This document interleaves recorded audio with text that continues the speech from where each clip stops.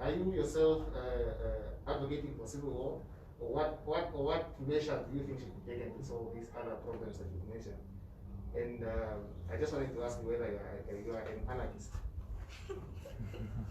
Okay, I will take that question and Henny will take the other one. I don't know which jurisdiction Saki was living in for the past 5 or 6 years when Tengo was threatening us with civil war from Rundu, where they paraded the military, when at the land conference Albert Kawana was threatening us with civil war, and Stefanus Goliath had to ask at the conference, at the land conference, to Albert Kawana, on whose doorstep are you laying the blame for civil war? Every time we spoke about the land issue and about many other issues that are bothering us, about corruption, Swapo would always threaten people not to take peace and stability for granted, that the country will go up in flames. So we have been living under the threat of a collapse of peace and stability when we started to take on Swapo. And that is how Namibians have for the past 30 years been intimidated and harassed by Swapo. That is why Swapo in its structure still today has a Secretary for Defense in a free and independent country. Go and check which other political party after independence, I'm not talking about Veterans Affairs, but to have a Secretary for Defense as a political party which is no longer a freedom movement, but a political party. How do you still have a Secretary for Defense?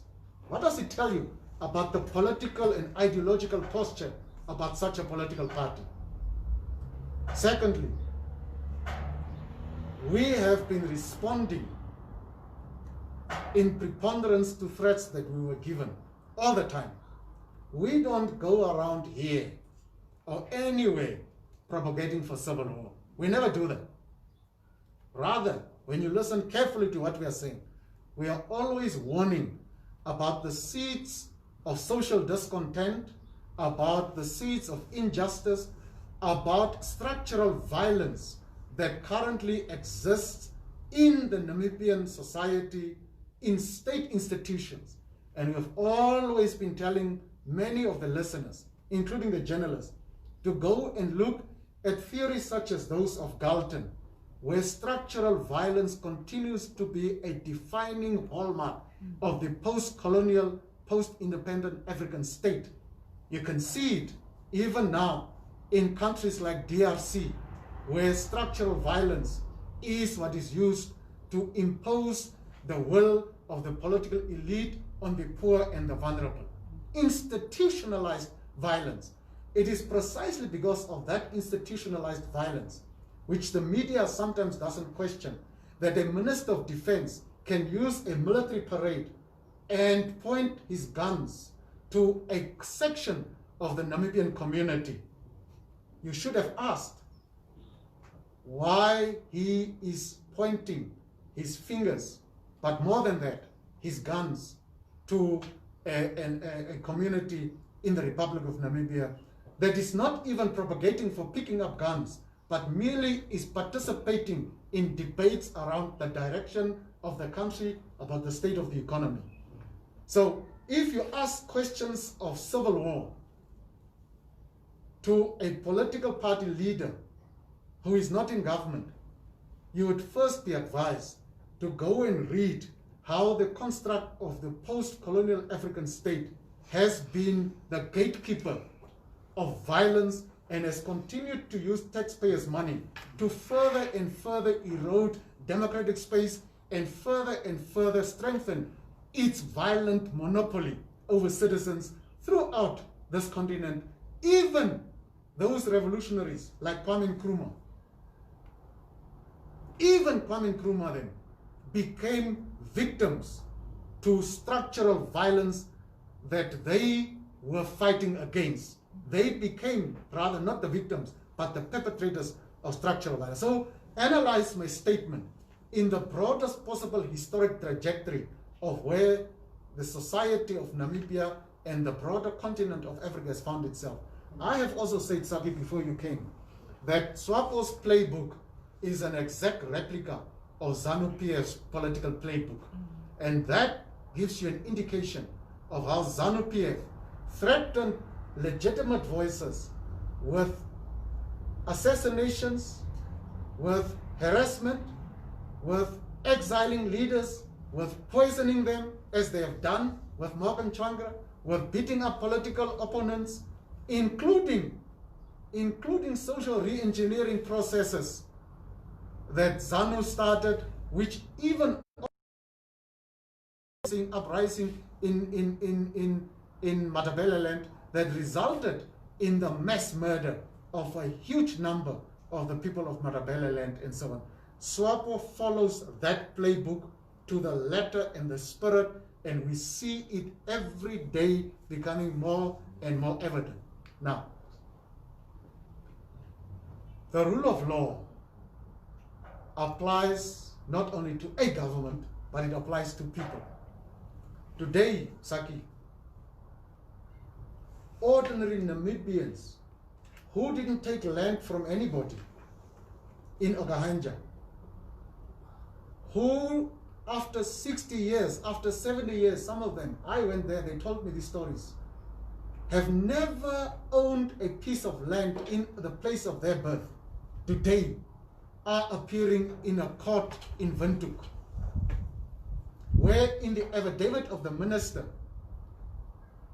Erastus Utoni, after agreeing to give people access to a piece of land without any sanitation or anything, at least for them to build their shack, agreeing with them, he retreats from that agreement and says in his affidavit, people must go back to where they come from. That is structural violence. And people are saying, but where we came from is Okahanja.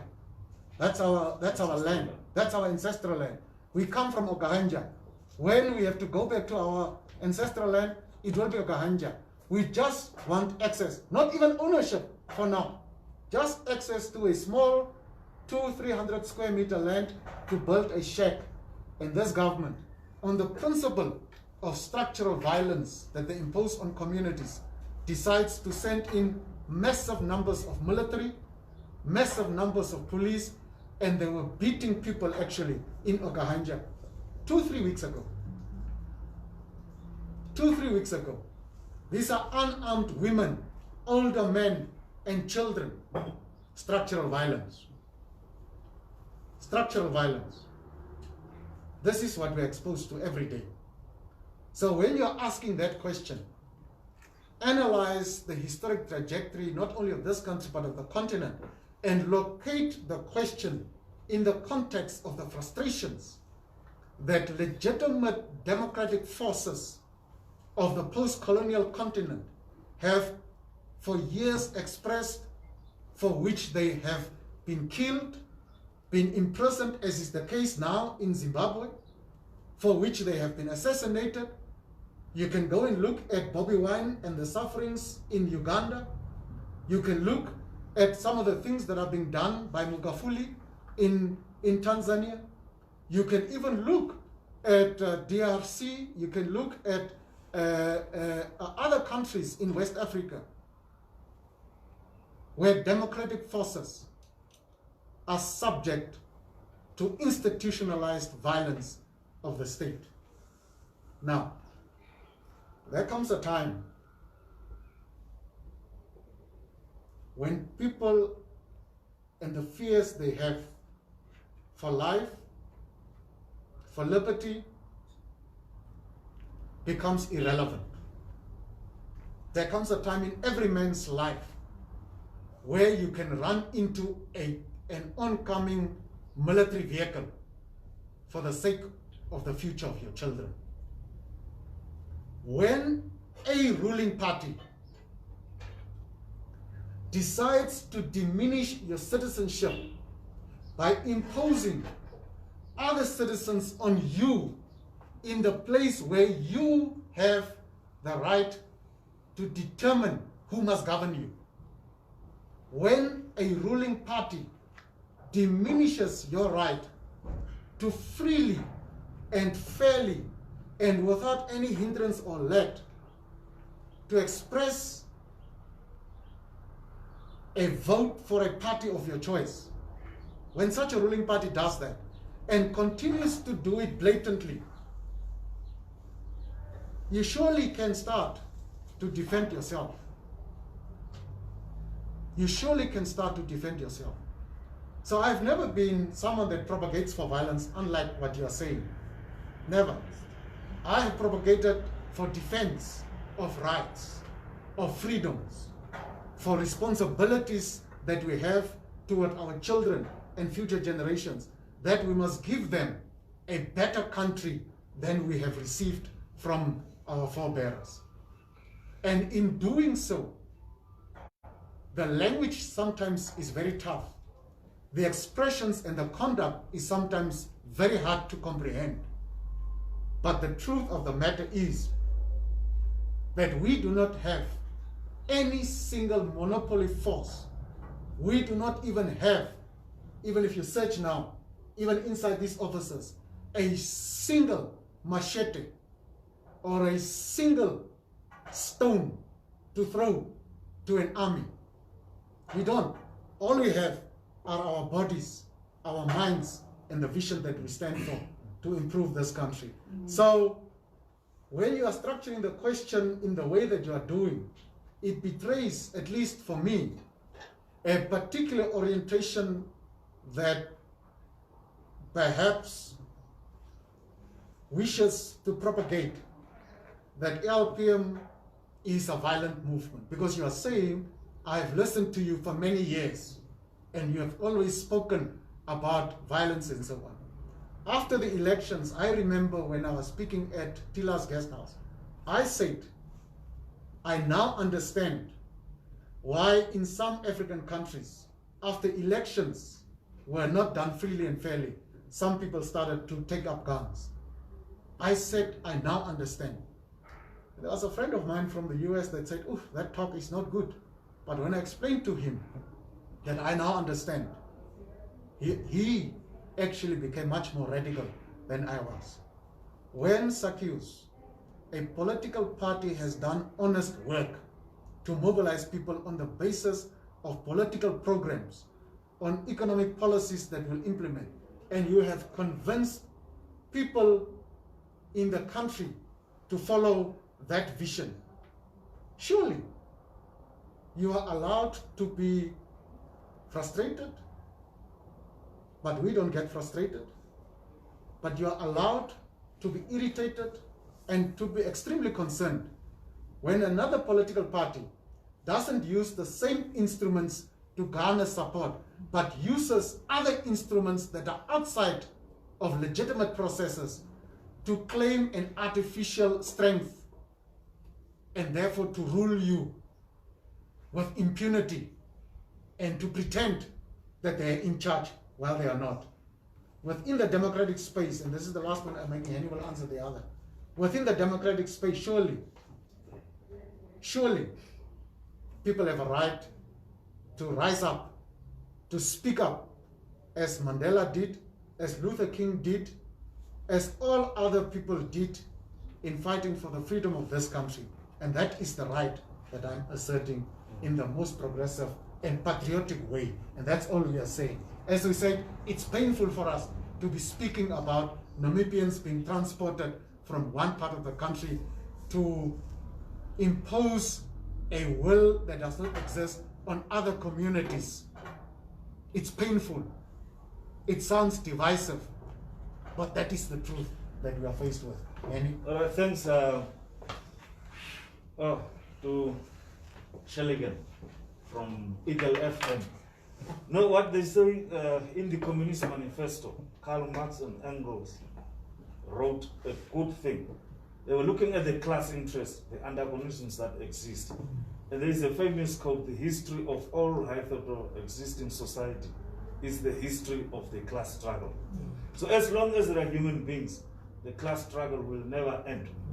Now what leads people to move from an era of peacefulness to the increased level of consciousness, which results into protest and action, which might even lead to violence in some instances, is that the rulers, the governing parties, and the elite pact begin to undermine, mishandle, and abuse the resources of the people of the country.